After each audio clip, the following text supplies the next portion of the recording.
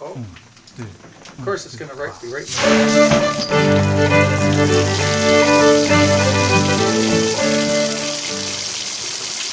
But we had that turned off.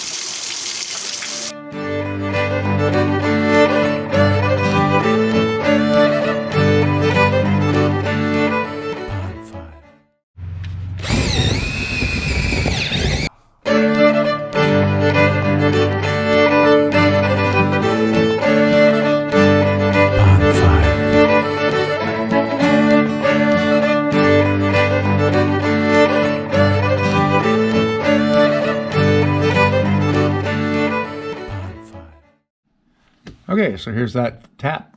That's the inside piece of it. And what I've got here on these old copper lines in this house, someone blanked it off here. So what I'm going to do, I've got the water turned off. I'm just going to cut this off here, clean it up, and I'm going to put a shark bite fitting here.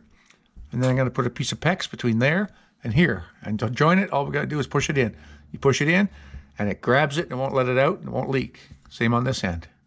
Really simple. They're a little expensive, these fittings. You know, they're like $10 a piece, but you know, if you don't want to get into soldering, and if you don't have a PEX crimping tool handy, they're the way to go. Shark bite, way to go. Okay, so I got the water turned off, but there's still going to be some water coming out of here. So what I did was I took a tarp and I put it over the shelf here. And the water should drain off there. What do they say? An ounce of prevention is worth a pound of cure. Okay. All right, so we got that right there. Run this tubing cutter. Like so. Little turns on it.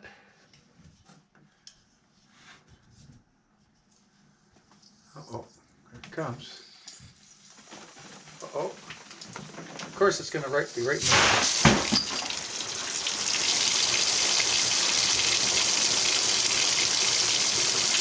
But we had that turned off.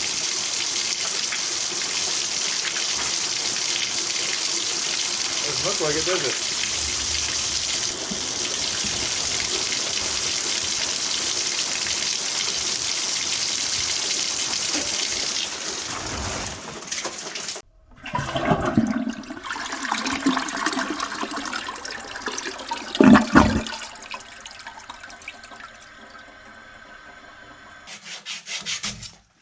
Going to clean the pipe up a little bit.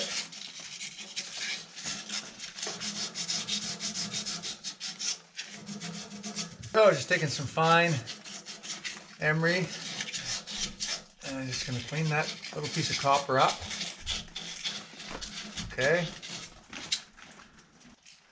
That valve up there comes with one of these fittings on the end of it. Okay, that's the shark bite fitting. Okay, so your pipe just sticks into that. It just goes in and it grabs it and won't let it out. All right, so we got a piece of rigid PEX here. We could use flexible PEX if we wanted to, but this is what I have. So I'm going to get an idea of the measurement I need here. Okay. All right, so I'm just going to cut this off here.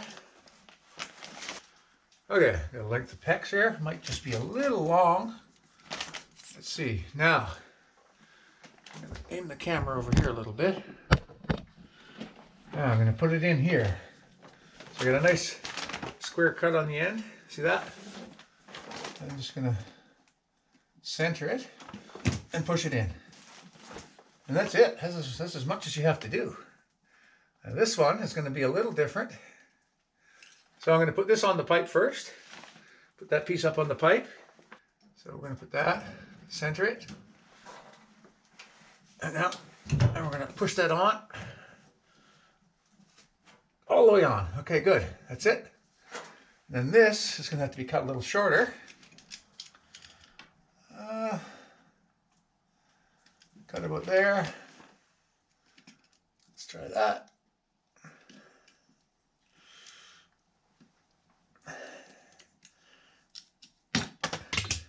Okay. I'm just going to take this and I'm going to put it in there like that. There, it goes in. Push that in. Okay. Push it in till it stops. Okay. And there it is.